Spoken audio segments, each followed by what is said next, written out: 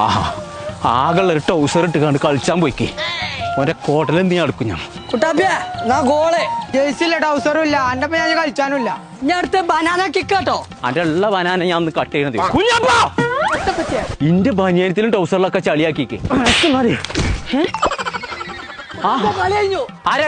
അനക്ക് ഇതല്ലാതെ തുണി കുപ്പായം കിട്ടിയില്ല വലിയ കോയങ്കാട് കൊമ്പാണോലോ ഒരു ജയിച്ച് വാങ്ങിയാൻ പറ്റൂലെന്ന് പറഞ്ഞ കോയങ്കാട് കൊമ്പേന്ന് കുടുംബത്തെ പറപ്പിച്ചാൽ